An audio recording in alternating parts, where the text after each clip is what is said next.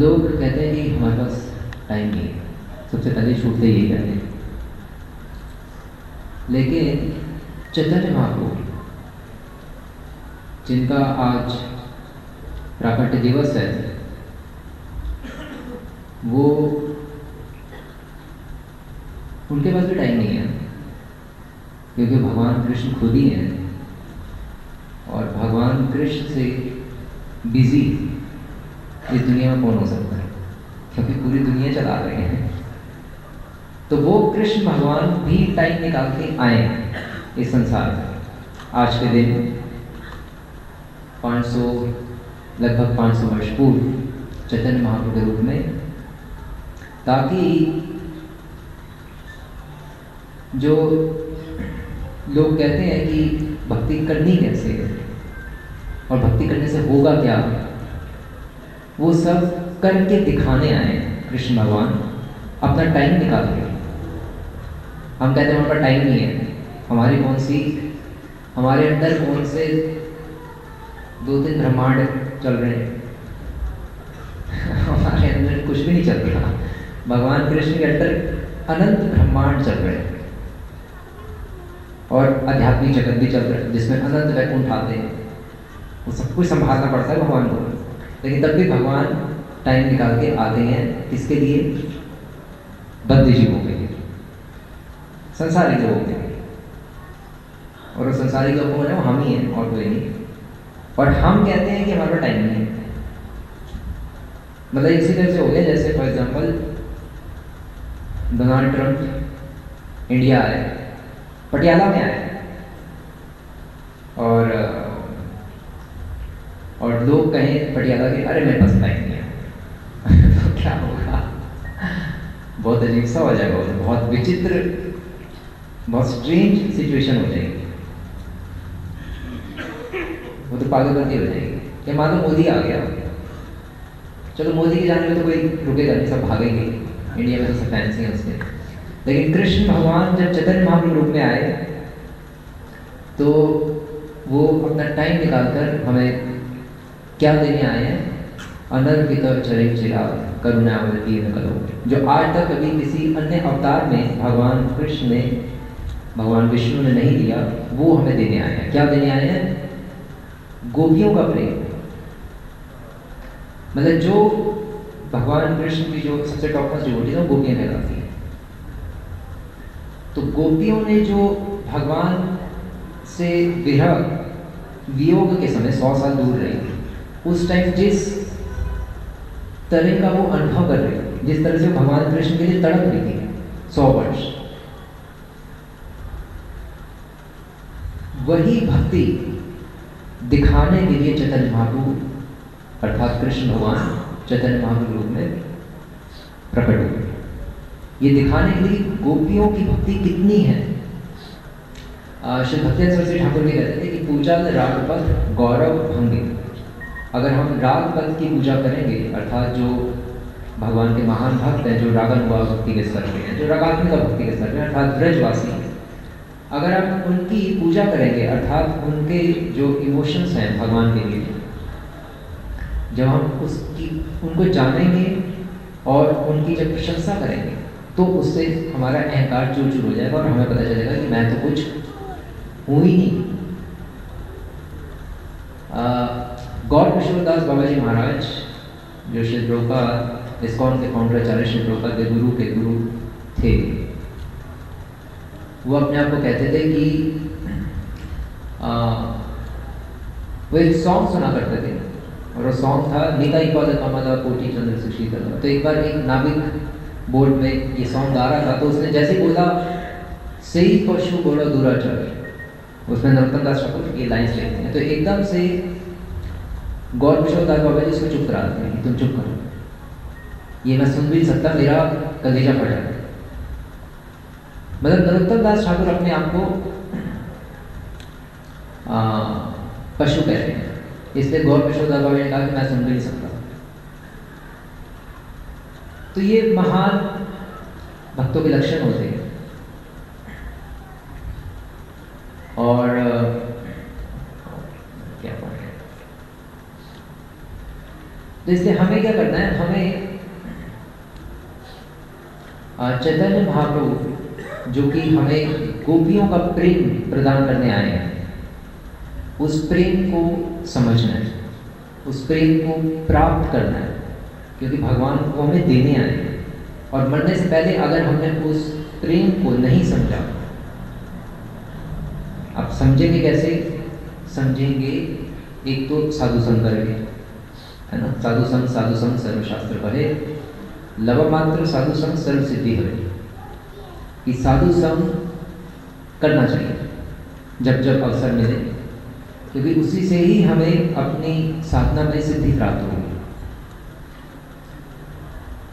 लेकिन साधु संग का अगर हम सही में लाभ लेना चाहते हैं, तो साधु जहाँ से बोल रहे हैं शास्त्रों से, उस शास्त्रों का भी हमें अध्ययन करना चाहिए।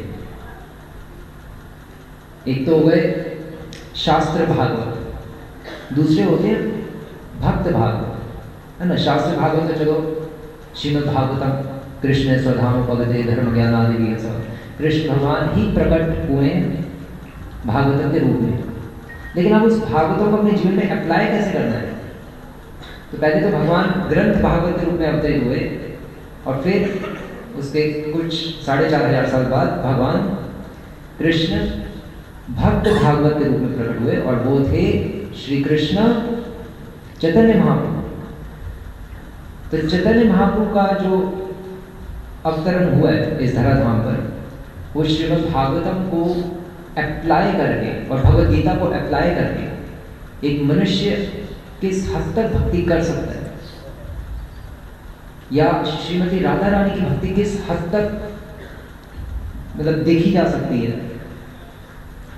मनुष्य तो नहीं देख सकते, लेकिन कृष्ण भगवान ने अवसर दिया कि राधा रानी की भी भक्ति तुम देख लो, गोपियों की भक्ति देखो, तुम्हें पता चले कि तुम गड्ढे में हो और उससे तुम्हें बाहर निकलना, तुम बहुत पीछे हो।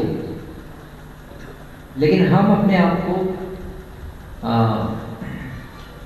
हाई फाई डिवोटी समझते हैं, उत्तम भक्त समझते हैं।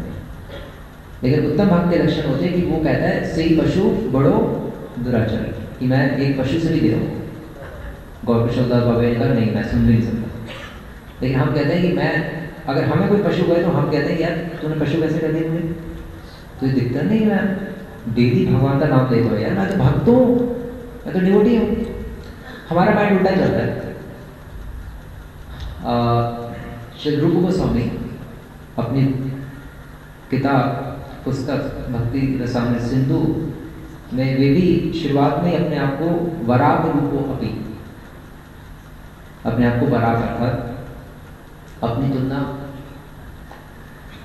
मतलब बहुत एक निम्न पशु से कर रहे हैं। क्यों? क्योंकि ये उत्तम वैष्णव का लक्षण है। जब कोई चैतन्य महाप्रभु के संप्रदाय में आता है और चैतन्य महाप्रभु के बताए गए रास्ते पर सही से चलने का प्रयास करता है, तो उसमें ये सारे इमोशंस आ जाते हैं। वो अपने आप उसको लगता है कि मैं पशु से भी दया मिले, जानवर से भी दया मिले। कृष्णदास वगैरह गोस्वामी चैतन्य चरितमृत में क्या कहते हैं कि मैं एक नाली के कीड़े से भी गिरा हूँ, विष्ठा के कीड़े से भी निम्न हूँ, मैं नीचे हूँ। और यही टीचिंग्स, ये क्यों ऐसे इनके इमोशंस हो रहे हैं, इनकी भावना ऐसी क्यों हो रही है? क्योंकि यही टीचिंग्स चैतन्य महाप्रभु हमें देने आए थे। चैतन्य महाप्रभु ने हालांकि कोई ऐसे ग्रंथ तो नहीं लिखा, लेकिन चैतन्य महाप्रभु की तो चैतन्य महाप्रभु का लेकिन 8 श्लोक जिसको शिक्षाष्टक के नाम से जाना जाता है, वो बहुत विख्यात है। जिसमें से तीसरा श्लोक है, ऋणादपि सुनीचेना तरोरपि सहिष्णुना अवानिना मानदेना कीर्तनीय सदा हरि। चैतन्य महाप्रभु हमें केवल ये 8 श्लोक ही देकर गए हैं जो उनके खुद के लिखे हुए या बोले हुए।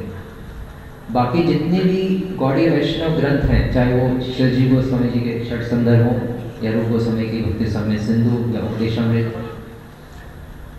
या सनातन गोस्वामी भगवद गोस्वामी जी के हरि भक्ति विलास, जितने भी ग्रंथ हैं ये सब चैतन्य महाप्रभु के उपदेशों के आधार पर ही हमारे इन षड गोस्वामियों ने लिखी हैं उनकी टीचिंग्स में, क्योंकि श्री रूप गोस्वामी तो दश अश्वमेध घाट पर शिक्षाएं दी थी 10 दिन के लिए प्रयाग में चैतन्य महाप्रभु में, और फिर सनातन गोस्वामी को भी आई थिंक 1 महीना या पता नहीं 2-3 महीने शिक्षा दी बनारस में, काशी में, जब चंद्रशेखर आचार्य के घर में थे। लेकिन ये 8 श्लोक तो चैतन्य महाप्रभु ने खुद ही लिखे, चेतो दर्पण मार्जनम भव महादेव अग्नि निर्वापनम, है ना, ये 8 श्लोक है, जिसमें से तीसरा श्लोक बहुत महत्वपूर्ण है। और तीसरा श्लोक है कि तृणादपि सुनिचेत। ये तीसरा श्लोक मैं क्यों चर्चा कर रहा हूँ, क्योंकि ये जितने भी हमारे पूर्ववर्ती आचार्य हुए हैं, ये सभी आचार्य अपने आप को निम्न मान रहे हैं, एक पशु से भी नीचे मान रहे हैं। लेकिन हम अपने आप को कभी, हम भी मान सकते हैं अपने आप को पशु से निम्न, लेकिन हम अपने आप को कह सकते हैं, लेकिन कोई अगर हमें कहे तो हम एकदम से बुरा मान जाते हैं। तो इसका मतलब हम अपने आप को पशु से निम्न नहीं मानते। गौर किशोर दास बाबा जी जो श्री प्रभुपाद के गुरु के गुरु थे, हमें तो अपनी जैसे बेइज्जती का डर लगता है ना, क्योंकि हम सब बद्ध जीव हैं।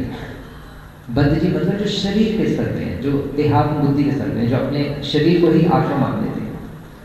तो गौर किशोर दास बाबा जी महाराज जब इस संसार से जाने वाले थे, तो उन्होंने अपनी कुटिया के चारों ओर मांस, मछली और शराब वो रख दी, और जाते जाते उन्होंने कहा भाई मैं आराम से भगवान का अपना मन लगा के जाऊँ, आप कोई आशीर्वाद लेने ना आ जाए, और लोग मुझे समझेंगे गंदा था। जो समय ना समझे भाई मुझे परेशान कोई ना करे। ये कि पहले कोई डू नॉट डिस्टर्ब का बोर्ड तो होता नहीं था, तो पहले ऐसे टोटके करते थे संत लोग, जो असली संत होते थे। तो कोई अंदर आता नहीं था, और आराम से अपना भजन करते करते अपना शरीर छोड़ देते थे, क्योंकि उनको कुछ अपनी प्रसिद्धि से, संसार के लोग इसके पीछे भागते हैं, पूजा दान प्रतिष्ठा के पीछे, मतलब उससे बाहर निकलना मुश्किल है। लेकिन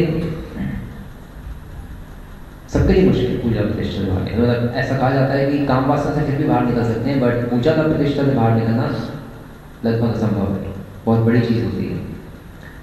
तो मैं पॉइंट ये इसलिए बता रहा हूँ कि गौर किशोर दास बाबा जी चैतन्य महाप्रभु के शिक्षाष्टक के इस श्लोक के ऊपर पूरे खरे उतरे, क्योंकि उन्होंने दिखाया कि मुझे कोई सम्मान नहीं चाहिए, मैं नाली के कीड़े से भी गिरा हूँ, मैं तो शराब पीता हूँ, देखो मेरे कुटिया के बाहर शराब पड़ी, मुझे कुछ नहीं चाहिए भाई, जाओ तुम यहाँ से, मुझे मेरे जाने के बाद मेरी कोई पूजा भी ना करे।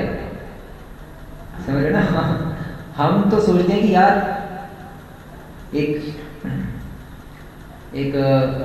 डिवोटी हैं हमारे, वैसे मजाक मजाक में हमें कहते हैं किसी और स्टेट में कि यार मेरे मरने पे आ जाना यार, मैं तुम्हें इतनी डोनेशन देता हूँ, इतनी तुम्हारी वो करता रहता हूँ, मेरे मरने पे आ जाना यार, मैं अकेला हूँ, मेरे ना माँ है ना मेरी बाप है, मेरे मरने पे आ जाना यार।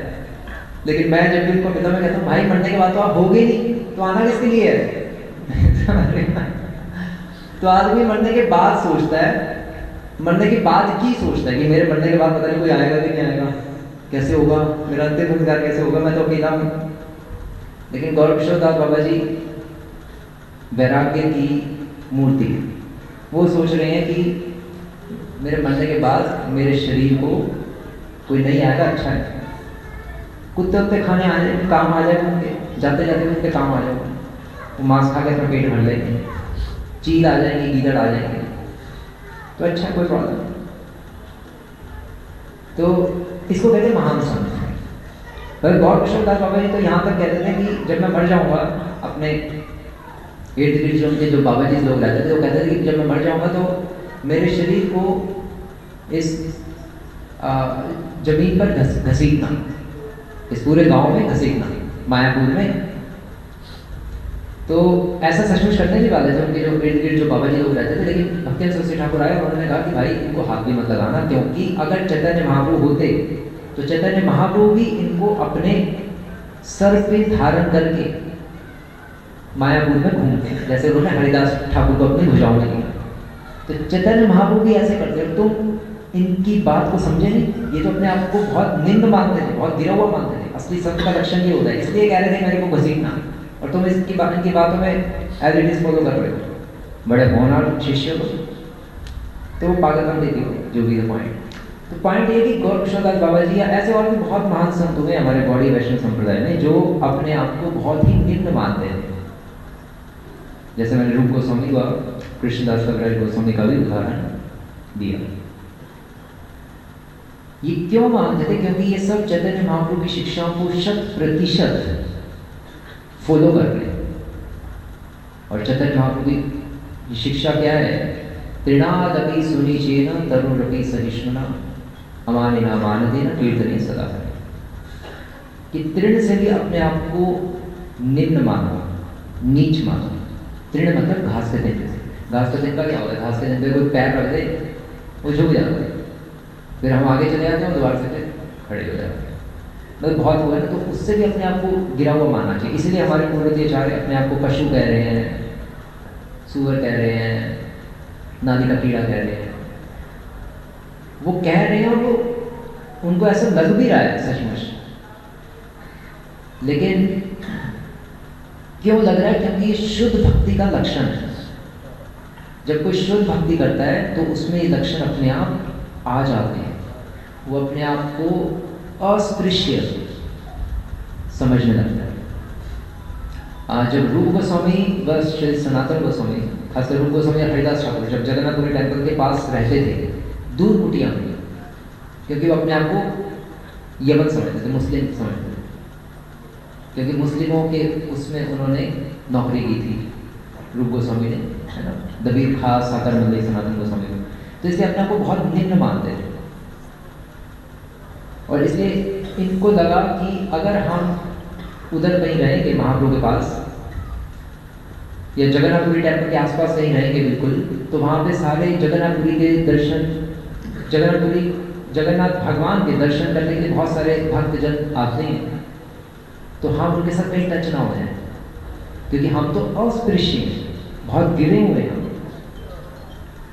तो एक वैष्णव का ये लक्षण होता है, वो बाहर, वो अंदर से हमेशा ये सोचता है कि मैं अस्पृश्य हूँ, मेरा तो अगर कोई स्पर्श भी कर देगा तो उसके करोड़ों जन्मों के पाप जागृत हो जाए, जैसे मेरे को तो टच भी नहीं किसी से होना चाहिए। उसकी मेंटालिटी ऐसी होती है, एक रियल वैष्णव। बाहर से वो अपने आप को एक नॉर्मल वैष्णव लेके चलता है, क्योंकि कलयुग में खासकर तो कलयुग में ये चीज़ें पॉसिबल है भी नहीं, वैराग्य कोई पालन कर नहीं सकता कलयुग में। और दीनता भी आप जितनी दिखाओगे लोग उतना ही आपको नीचे कर देंगे, खासकर संसार में जाकर। भक्तों के समाज में तो शिव प्रभुपाद कहते थे कि भक्तों के समाज में हमें बकरी का बच्चा अर्थात मेमने के समान रहना चाहिए, और बाहर जाकर हमें शेर की तरह दहाड़ना चाहिए, अर्थात प्रचार करना चाहिए, लोगों को कहना चाहिए कि क्यों अपना टाइम वेस्ट कर रहे हो, जब भगवान आ गए अपना टाइम निकाल के तो क्यों नहीं टाइम निकाल रहे, बाहर जाके ऐसा होना चाहिए। बट भक्तों के समाज में एक अपने आप को दीन बन के चलना चाहिए। तो दीनता जो लक्षण है, ये चैतन्य महाप्रभु के भक्तों के लक्षण है। चैतन्य महाप्रभु में दीनता सिखाने आए हैं, लेकिन दीनता एक भक्त अपने हृदय में रखता है, और वैराग्य भी हृदय में रखते हैं। वैराग्य हम दिखा नहीं सकते, खासकर आज के युग में। अगर कोई गरीब में बहुत बड़ा वैरागी हो, वो वैराग्य दिखाएगा, उसको बहुत ज़्यादा प्रतिष्ठा मिलनी शुरू हो जाएगी, सब उसकी वाहवाही करेंगे, यार क्या तपस्वी है, क्या वैरागी है, वाह। तो वो उस रिस्पेक्ट में घुस जाएगा, डेंजरस तो है। तो इसलिए आम आदमी पार्टी के बन के चलो, सिंपल एक डिवोटी की तरह चलते रहो और भगवान की भक्ति करते रहो, और मरते दम तक करते रहो। ये बहुत बड़ी तपस्या है, मरते दम तक भक्ति करना ही कलयुग में सबसे बड़ी तपस्या है। भक्ति मतलब सेवा, मरते दम तक सेवा करना, लगे रहना, चाहे कुछ भी हो जीवन में। सबसे बुरा क्या हो सकता है हमारे जीवन में? सबसे बुरा हो सकता है या तो हमारा एक्सीडेंट हो सकता है, जैसे हमारे एक डिवोटी का हो गया भाई, माँ बाबा को एक्सीडेंट हो सकता है, या कोई हमारी भरी सभा में बेइज्जती कर सकता है, जैसे द्रौपदी के साथ हो गया। ये दो तीन चीज़ें बहुत बड़ी बड़ी हो सकती हैं, बेइज्जती हो जाए सबके सामने। वो तो जो द्रौपदी के साथ तो जो हुआ वो तो बहुत ज़्यादा हो गया। तो वैसे भी अगर मान लीजिए आप में से मैं किसी को कह दूँ कि आप पागल हो, दिमाग खराब है आपका, सबके सामने कहते तो माइंड आउट हो जाएगा। अंदर हम सोचते रहे कि मैं नाली का कीड़ा हूँ, नाली का कीड़ा हूँ, लेकिन अगर कोई दूसरा में याद करा दे कि तो नाली का कीड़ा है, तो नाली का कीड़ा सांप बन जाता है। वो भी सांप बन जाएगा, कहेगा मैं नाली का कीड़ा नहीं था भाई, वो तो ऐसे ही कह रहा था, मैं तो सांप हूँ और मैं आपको डसूंगा। तो जब हमारे साथ जीवन में कुछ होता है, उस परिस्थिति से अगर हम निकल गए तो हम भगवान को प्रिय हो जाएंगे। और परिस्थिति कौन क्रिएट करता है हमारी लाइफ में? वो भी भगवान ही क्रिएट करते हैं, हमें दिखाने के लिए कि तुम अपने आप को नाली का कीड़ा कहते तो, लेकिन समझते नहीं हो। नाटक है, नाटक। भगवान हमें हमारा असली चेहरा दिखाते हैं, क्योंकि अगर नाली के कीड़े समझ रहे होते तो फिर बेइज्जती होने पे डरे। बेइज्जती होने में तुम पागल क्यों हुए? तुम तो नाली के कीड़े थे। तो इससे निकलना बहुत मुश्किल होता है संसार की पूजा प्रतिष्ठा से। इसलिए कहा जाता है कि, इसलिए चैतन्य महाप्रभु कह रहे हैं कि तृणादपि सुनीचेन, अगर कोई अपने को तृण से भी अधिक नीच मानता है, निम्न मानता है, अर्थात कोई अगर अपनी उसको बेइज्जती की परवाह नहीं है, जैसे थे ये जैसे गौर कृष्ण बाबा जी, वो कह रहे मरने के बाद भी मेरी निंदा सब करें, मुझे कोई लेना देना नहीं। संसार के लोग क्या चाहते हैं कि मेरी मरने के बाद इस चौक पे मेरी एक मूर्ति लगे, तब आएगा मजा। हर कोई ऐसे सोचते हैं ना, खासकर जो भी होते हैं लीडर वगैरह, मेरी तो मूर्ति लगनी चाहिए और ये चौक का नाम मेरे नाम पे पड़ना चाहिए। लेकिन जो संत होते हैं, असली संत, उनको ना धनम ना जनम ना सुंदरी कवितांगा जगदीश कामय मम जन्मनि जन्मनीश्वरे भवता भक्ति रहे। वे 100% चैतन्य महाप्रभु की शिक्षाओं का पालन करते हैं। तो अगर हम अपने आप को निम्न मानते हैं, जैसे वो नहीं होते पहले, वो होता था वर्णाश्रम, तो वर्णाश्रम में ब्राह्मण क्षत्रिय वैश्य शूद्र अंदर रहते थे, उनके बाहर फिर चंडाल रहते थे। क्यों? क्योंकि वो समझते थे कि हम बहुत अस्पृश्य हैं, हमें कोई स्पर्श भी ना कर दे चार वर्णों का, नहीं तो बहुत हमारे सर पे पाप लगे जाएगा।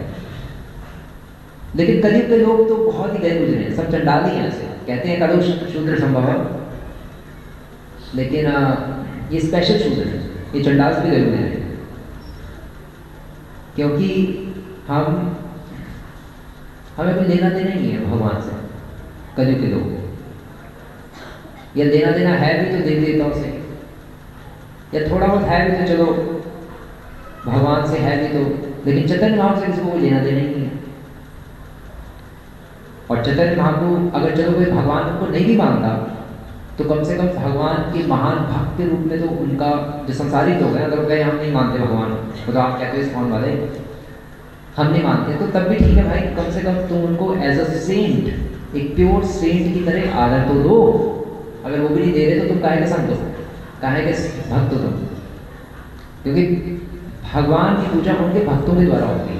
भगवान की पूजा हम डायरेक्ट नहीं कर सकते। जो भगवान के पास डायरेक्ट अप्रोच लगाता है, भगवान का एक नाम अधोक्षज है, भगवान उसको नीचे धकेल देते हैं, चल भाग ऐसे। तो भगवान अपने भक्तों के द्वारा ही चीज़ें ग्रहण करते हैं। इसलिए भगवान कहते हैं ना कि मैं अपने भक्तों के मुख से खाता हूँ। इसलिए पहले विधान था कि ब्राह्मणों को भोजन खिलाओ, ब्राह्मणों के मुख से भगवान खाते हैं। अब आजकल के चलो तो ऊपर नीचे ऐसा, आजकल तो ब्राह्मण आएगा आपके घर भोजन खाने श्राद्ध के टाइम पे, बाहर बैल बजाएगा और जैसे आप खोलने वाले हो गए वो अपनी बीड़ी बंद करेगा बीड़ी बंद करके फिर अंदर जाएगा, फिर आपका वो भोग खाएगा और आपका भोग पितरों तक पहुंचाएगा। गारंटी कोई नहीं है, बट ऐसा विधान चलता है हमारे हिंदू समाज में। तो असली ब्राह्मण कौन है? असली ब्राह्मण है वो व्यक्ति जो ब्रह्म का अर्थात पर ब्रह्म भगवान कृष्ण का नाम ले रहा है हर रोज। क्या नाम ले रहा है? हरे कृष्णा कृष्ण कृष्ण हरे हरे, हरे राम राम राम हरे हरे। वो असली ब्राह्मण है। जैसे चांदाजी चेंज हो गया, अभी जो ड्रामा देखा था हमने, और चेंज हो गया, उसने सरेंडर कर दिया चैतन्य महाप्रभु को। तो वो ब्राह्मण है, वो फिर मुस्लिम नहीं रहा एक एंगल से। क्योंकि ब्राह्मण मतलब जो ब्रह्म को जानता हो, जो भगवान को जानता हो, तत्व से समझता हो। जय कृष्ण तत्ववेता सही गुरु है। अगर भगवान को कोई अगर कोई ब्राह्मण कहेंगे भगवान को मैं जानता हूँ, ऐसे कहता रहे और भगवान उसके पास आ जाए और वो भगा दे भगवान को, तो वो कहेगा जानता है, वो ब्राह्मण थोड़ा होगा। जैसे उदाहरण के तौर पर यज्ञ जब हो रहा था, कृष्ण लीला में आता है, कुछ ब्राह्मण यज्ञ कर रहे थे और कृष्ण बलराम पास के गांव में, पास के जंगल में आए हुए थे अपनी गैया चराने। तो उन्होंने अपने सभाओं को भेजा कि जाकर कुछ खाने को, आपको अगर भूख लगी है सबको, तो पास में ब्राह्मण को यज्ञ कर रहे हैं, उनसे कुछ खाने को दे। तो जो बार बार गए मांगने, तो उन ब्राह्मणों ने भगा दिया क्योंकि वो यज्ञ करने में बिजी थे। उन्होंने कहा चलो भागो, देखा भी नहीं उनकी तरफ, नेग्लेक्ट करते। क्यों? क्योंकि वो अपना यज्ञ करके भगवान विष्णु की संतुष्टि में लगे हुए थे। लेकिन वो विष्णु ने जब भेजा अपने भक्तों को, तो पहचान नहीं पाए। क्यों? क्योंकि उनके पास वेदों का ज्ञान तो था, लेकिन वेदों का जो लक्ष्य है, वेदिश्च सर्वे अहमेव वेद, वेदों का लक्ष्य क्या है? भगवान कृष्ण को जानना, भगवान कृष्ण को समझना, वह उनकी सेवा करना समझना। और वही अगर कोई नहीं कर रहा ब्राह्मण, तो ब्राह्मण होते भी ब्राह्मण नहीं। सेवा से असली ब्राह्मण बना जाता है और उसी को वैष्णव कहते हैं। इसलिए कहते हैं तन मन धन से सेवा करनी चाहिए। अगर हम मन से नहीं कर सकते, मन से मतलब भगवान का नाम जप नहीं कर सकते माला से, या भगवान के गीता, रामायण, महाभारत, भागवतम ये नहीं पढ़ सकते, तो फिर धन से करो, धन से नहीं कर सकते हो, तन से करो, तन से नहीं कर सकते, मन से करो। किसी न किसी तरह से भगवान की सेवा करनी चाहिए। सेवा से ही हृदय शुद्ध होता है। सेवा नहीं करेंगे तो हृदय शुद्ध नहीं होगा। हम सारे वेद शास्त्र का अध्ययन कर सकते हैं, और जब सारे वेद शास्त्र खत्म हो जाएंगे तो हमारी भक्ति भी खत्म हो जाएगी। क्योंकि वेद शास्त्रों में गहराई तो सेवा के द्वारा ही दिखती है। वेद शास्त्रों में अगर कोई डुबकी लगाना चाहता तो सेवा के द्वारा ही डुबकी लगेगी। तो जो ब्राह्मण कहता है कि मैं ब्राह्मण हूँ और भगवान की सेवा नहीं करता, ब्राह्मण वो है जो भगवान को जानता है, और वैष्णव वो है जो भगवान को जानता भी और साथ में भगवान की सेवा भी करता है। तो चैतन्य महाप्रभु हमें क्या देने आए हैं? चैतन्य महाप्रभु हमें गोपियों का प्रेम देने आए हैं, जो प्रेम न भूतो न भविष्य, जो कलयुग के मनुष्य ने कभी ना देखा और ना कभी प्राप्त किया, तो वो प्रदान करने में आए हैं। गोपियों की भक्ति, गोपियों ने जो विरह भाव प्रकट किया भगवान से दूर रहकर 100 साल, उस 100 साल के विरह भाव को चैतन्य महाप्रभु 18 साल में, अपने आखिरी के 18 वर्षों में उन्होंने करके दिखाया कि किस तरह से 100 साल में तड़प रही थी गोपियाँ। इसलिए कहा जाता है कि गोपी भट्ट पद कमजोर दासानुदास, गोपियों के पद चिन्हों का अनुसरण करने वाले भक्तों के दासों का दास, अर्थात उनकी शिक्षाओं का पालन करने का हमें प्रयास करना चाहिए। एक बुक आ गई है, अगर बाहर होगी तो आप वो ले सकते हैं, उसका नाम है चैतन्य महाप्रभु का शिक्षामृत। चैतन्य महाप्रभु का शिक्षामृत, तो वो आप ले सकते हो। उसमें चैतन्य महाप्रभु की जीवन चरित्र, उनकी शिक्षाओं और उनकी शिक्षा में जो गूढ़ सिद्धांत हैं, उन सबका बहुत अच्छी तरह से श्रील प्रभुपाद जी ने उसका उल्लेख किया है उस बुक में। और एक जो चैतन्य महाप्रभु के ऊपर जो मुख्य ग्रंथ है उसका नाम है चैतन्य चरितामृत, तो वो भी आप ले सकते हैं बाहर से, जिसके पास नहीं है, नहीं तो आप लिखवा सकते हैं, मुझे चाहिए। और चैतन्य महाप्रभु के बारे में पढ़िए। हम पर ऐसे विश्वास मत करिए कि हम कह रहे हैं इस्कॉन वाले की चैतन्य महाप्रभु भगवान है तो भगवान ही होंगे, जब इतनी बड़ी संस्था कह रही है तो वो तो अंधविश्वास हो जाए। खुद पढ़ के समझना चाहिए कि किस तरह से चैतन्य महाप्रभु भगवान है। क्योंकि चैतन्य महाप्रभु ने जो लक्षण जो प्रकट किए हैं, वो लक्षण एक मनुष्य नहीं कर सकता। वो लक्षण शास्त्रों में भी मेंशन नहीं है, उन्होंने ऐसे ऐसे लक्षण प्रकट कर दिए। क्योंकि उतनी भक्ति कोई मनुष्य कर ही नहीं सकता जितनी चैतन्य महाप्रभु ने कर दिखाई। क्यों? क्योंकि चैतन्य महाप्रभु श्रीमती राधा रानी खुद ही थे। श्री कृष्ण चैतन्य राधा कृष्ण नाही अन्य, कि चैतन्य महाप्रभु और कोई नहीं, राधा कृष्ण खुद ही है। तो राधा कृष्ण का मिलित अवतार चैतन्य महाप्रभु है। क्यों आए? चैतन्य महाप्रभु कौन है? चैतन्य महाप्रभु भगवान कृष्ण ही है, लेकिन वो पीत वर्ण या गौर वर्ण लेकर अवतरित हुए। क्यों हुए उसके भी कई कारण है, लेकिन मुख्य रूप से उसका कारण ये है कि वे श्रीमती राधा रानी का रंग लेकर कृष्ण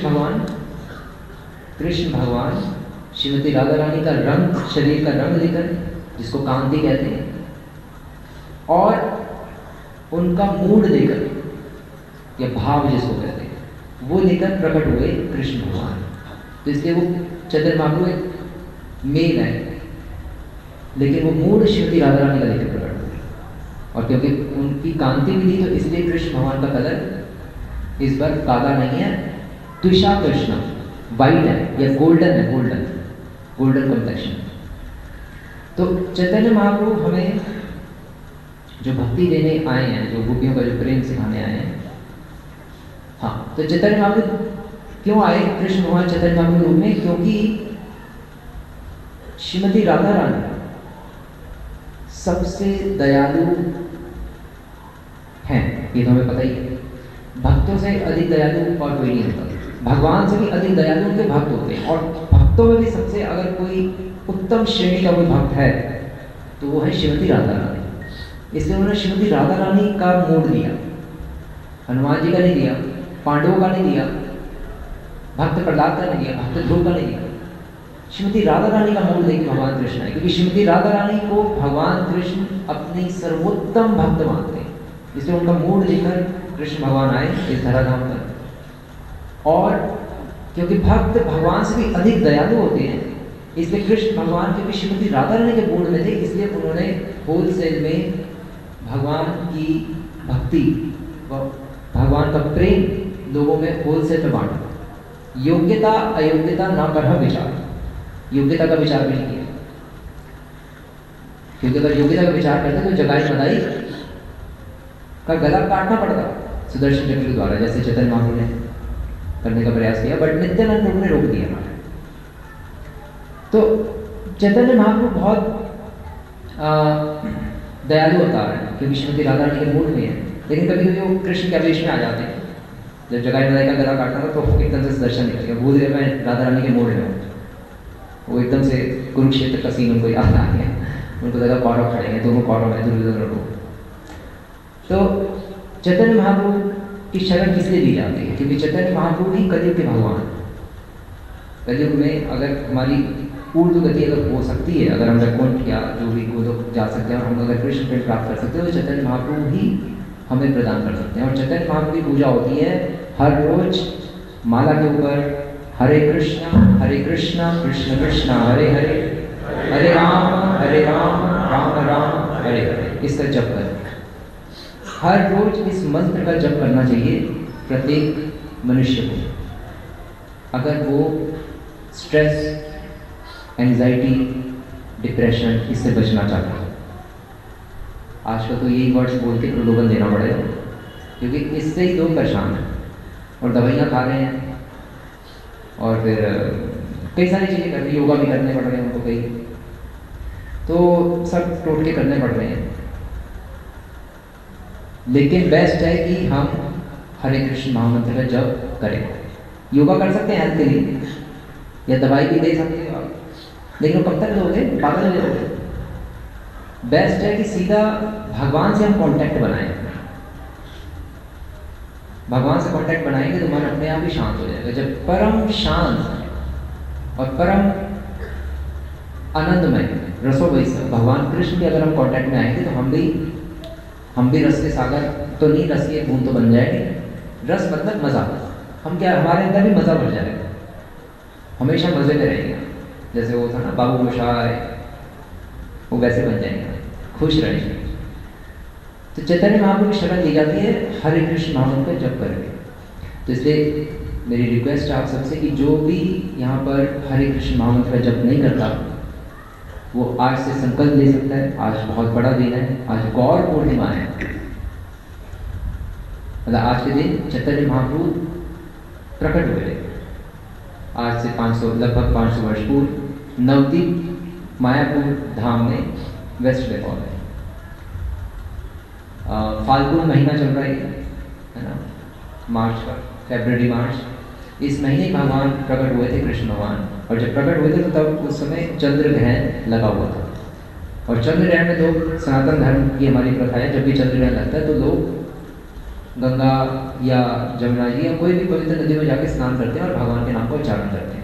तो उसी तरह से उस टाइम जब चैतन्य महाप्रभु प्रकट होना था तो सभी उच्चारण कर रहे थे, हरे कृष्ण कृष्ण कृष्ण हरे हरे, हरे राम राम राम हरे हरे। और उसी बीच ही चैतन्य महाप्रभु का प्राकट्य हुआ। और चैतन्य चरित्र में एक श्लोक आता है, कृष्णदास कविराज उसमें लिखते हैं कि वंदे श्री कृष्ण चैतन्य नित्यानंद सहोदितो गौड़ उदय पुष्पवंतो चित्रो शंदो तमोनद। कहने का अर्थ है कि वंदे श्री कृष्ण चैतन्य नित्यानंद सहोदितो, कि मैं चैतन्य महाप्रभु और नित्यानंद प्रभु, नित्यानंद प्रभु कौन थे? शची सुत होइलो से ही, क्या था क्या ये नहीं, शची सुत ब्रजेंद्र नंदन जय शची सुत होइलो से। जो कृष्ण भगवान ब्रजेंद्र नंदन है वो शची सुत, शची माता के पुत्र के रूप में 500 वर्ष पूर्व प्रकट हुए नवदीप मायापुर में। और बलराम होइलो निताई, और जो बलराम जी थे जो कृष्ण भगवान के साथ होते थे हल पकड़ के, वो नित्यानंद प्रभु के रूप में अवतरित हुए। अभी ये जो आप ड्रामा देख रहे थे, इस नाटक में है ना, जो येलो ड्रेस में थे वो चैतन्य महाप्रभु थे, और जो ब्लू ड्रेस में थे, ब्लू कपड़े पहने थे, वो नित्यानंद प्रभु थे। नित्यानंद प्रभु मतलब बलराम जी। तो ये दोनों कृष्णदास कविराज दो समय कह रहे हैं चैतन्य चरितमृत में कि वंदे श्री कृष्ण चैतन्य नित्यानंद सहोदितो, कि इन दोनों की जय हो, चैतन्य महाप्रभु नित्यानंद प्रभु की, जो कि कृष्ण और बलराम जी के अभिन्न विग्रह हैं, अभिन्न है उनसे। वंदे श्री कृष्ण चैतन्य नित्यानंद सहोदितो, सहोदितो मीन्स दोनों एक साथ प्रकट हुए। गौड़ उदय, कहाँ से प्रकट हुए? गौड़ उदय मतलब ये गौड़ देश में पैदा हुए, वेस्ट बंगाल में, वहाँ पर प्रकट हुए। पैदा तो हम लोग होते हैं, हमारा बर्थडे होता है, जो भगवान होते हैं, जो महान महान संत होते हैं, उनका बर्थडे नहीं होता, वो प्रकट होते हैं और अप्रकट होते हैं। बर्थडे तो हमारा होता है क्योंकि जिसका बर्थडे होगा उसका डेथ डे भी होगा, लेकिन संतों का डेथ डे थोड़ी ना होता है। संत तो ये भगवान, खासकर भगवान तो अप्रकट होते हैं और प्रकट होते हैं, महान संतों के भी ऐसे कहा जाता है। तो वंदे श्री कृष्ण चैतन्य नित्यानंद सहोदितो गौड़ उदय, गौड़ भूमि में इनका प्राकट्य हुआ। गौड़ उदय पुष्पवंतो, और वहां पर ये प्रकट हुए एक साथ। कैसे प्रकट हुए? जिस तरह से सूर्य, समझो सूर्य और चंद्रमा एक साथ प्रकट हो गए। सूर्य और चंद्रमा जब एक साथ प्रकट हो जाएंगे तो वो परम आनंददायक रहेगा संसार के लोगों के, वो सी, क्योंकि सूर्य प्रकाश देगा और गर्मी देगा। ठंड में तो गर्मी चाहिए होती है, नहीं तो आप ठंड से मर जाएंगे और कपड़े भी सुखाने हैं। तो वो जो सूर्य है, सूर्य और फिर चंद्रमा भी आ गया, चंद्रमा शीतलता प्रदान करता है। तो उसी तरह से कहा जा रहा है कि चैतन्य महाप्रभु नित्यानंद जो सूर्य और चंद्रमा के समान है, वो दोनों एक साथ प्रकट हुए गौड़ उदय से। गौड़ उदय पुष्पवंतो चित्रो शब्दो, चित्रो मीन्स वो बहुत सुंदर चित्र था जो प्रकट हुए चैतन्य महाप्रभु नित्यानंद, जब लीलाएं कर रहे थे नवदीप में, और ऐसे चांदासी जैसे लोगों को के सिद्धांतों का खंडन कर रहे थे, उनको कह रहे थे पीछे हटो, तुम क्या रोक रहे हो हमारा हरिनाम कीर्तन। तो बहुत सुंदर चित्र था, चित्रो शब्दों, और ऐसे लोगों को फिर ब्लेसिंग्स दे रहे थे। आपका सिद्धांत भांत हारे, ऐसे गलत सिद्धांतों का खंडन करेंगे। तो चित्रो शब्दों तमोन दो, क्यों? क्योंकि कलयुग के लोग तमोगुण में, जैसे तमोगुणी लोगों को निकालने के लिए चैतन्य महाप्रभु फिर क्या करते हैं? हरे कृष्णा कृष्णा कृष्णा हरे हरे, हरे राम राम राम हरे। इस तरह से हरिनाम कीर्तन के द्वारा लोगों का संहार करते हैं। द्वापर त्रेता में तो भगवान ने धनुष बाण और सुदर्शन चक्र से संहार किया, कलयुग में भगवान हरिनाम से संहार करते हैं।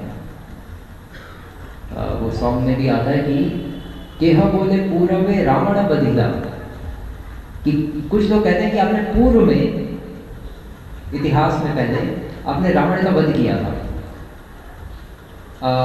केह बोले पूर्व में रावण बधिला गोलोकेर वैभव लीला प्रकाश करेगा। लेकिन इस रूप में, चैतन्य महाप्रभु रूप में आपने गोलोक की वैभव लीला, गोलोक की लीला यहाँ प्रस्तुत कर दी, लोगों को दिखा दिया गोलोक में क्या चलता है, वृंदावन में क्या होता है इसे, और वो प्रेम प्रदान किया आपने।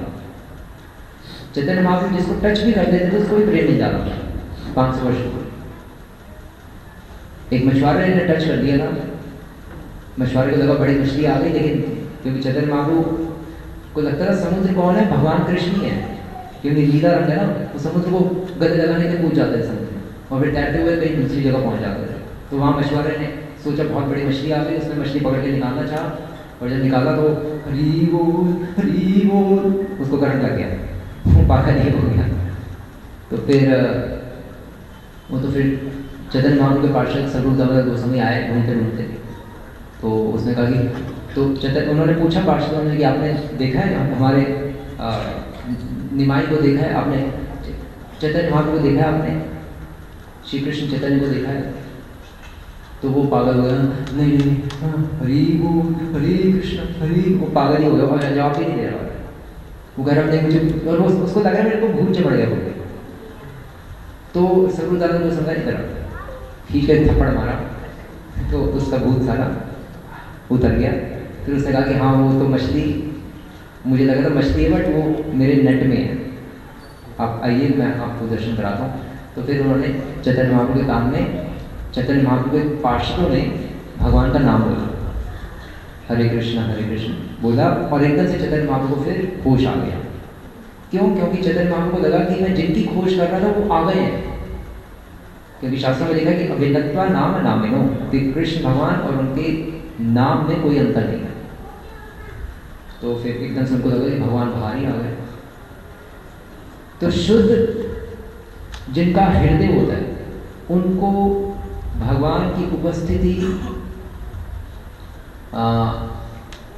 जैसे वो भगवान का नाम लेते हैं उसी वक्त ही अनुभव होती है। वैसे तो 24 घंटे होते हैं, लेकिन जब वो नाम लेते हैं तो उनको लगता है कि भगवान मेरे साथ ही है, ब्रजेंद्र नंदन कृष्ण मेरे साथ है। वैसे तो 24 घंटे हैं, चलो हैं, तो वो बहुत उनको फिर भगवान से घिरा होता है, वो फिर हायर स्टेज है। बट जो भी है चैतन्य महाप्रभु में जो देने आए हैं वो हमें ऐसे गवाना नहीं चाहिए, हमें गोपियों की भक्ति प्रदान करने आए हैं। तो इसलिए वो कैसे हम समझेंगे, इसलिए हमें गीता, भागवतम, चैतन्य चरितामृत इन ग्रंथों का अध्ययन करना चाहिए, और जहाँ तक हो सके सुने हम, तो उससे हम चीज़ें बहुत जल्दी कैच करके हम भक्ति में आगे बढ़ेंगे और संसार के इस जन्म मृत्यु के चक्र के बंधन से छूट के भगवान के धाम जाकर उनकी डायरेक्ट सेवा कर पाएंगे, है ना। जैसे मान लो महाराज आने वाले हैं, महाराज मान लो कोई आपको डायरेक्ट सेवा मिल जाए, है ना। कई डिवोटीज कहते हैं प्रभु जी हमें महाराज जी के कपड़े दे दीजिए, हम कपड़े धोएंगे, या हम उनके प्रसाद बनाएंगे, या हम उनके लिए कुछ ला सकते हैं, कुछ सेवा मांगते हैं ना, डायरेक्ट सेवा मांगते हैं सबके। बुक डिस्ट्रीब्यूशन तो इनडायरेक्ट सेवा है, ये मंदिर में झाड़ू मारे तो इनडायरेक्ट सेवा है, वो तो डायरेक्ट सेवा, डायरेक्ट कपड़े होंगे, ये चीज़ें डायरेक्ट है। तो डायरेक्ट करना ही चाहते हो तो भगवान कह रहे हैं चैतन्य महाप्रभु के रूप में आके, भाई मेरे धाम में आके करो ना, यहाँ तो डायरेक्ट ढूंढ रहे हो, यहाँ करोगे डायरेक्ट फिर छूट जाएगी, बीमार हो जाओगे, कुछ ना कुछ हो जाएगा, मर जाओगे, फिर दोबारा जन्म लेना पड़ेगा। इस झमेले को, झंझट को बंद करके, जन्म मृत्यु जरा व्याधि के चक्र को बंद करके सीधा भगवान के धाम जाकर उनकी डायरेक्ट सेवा करने की अभिलाषा होनी चाहिए, और वो संभव होगी जब हम चैतन्य महाप्रभु की शिक्षाओं को समझेंगे, उनको अपने जीवन में पालन करेंगे, और हर रोज़ हरे कृष्ण महामंत्र का जप करेंगे। तो हरे कृष्ण। श्री कृष्ण चैतन्य महाप्रभु की, श्री प्रभुपाद की।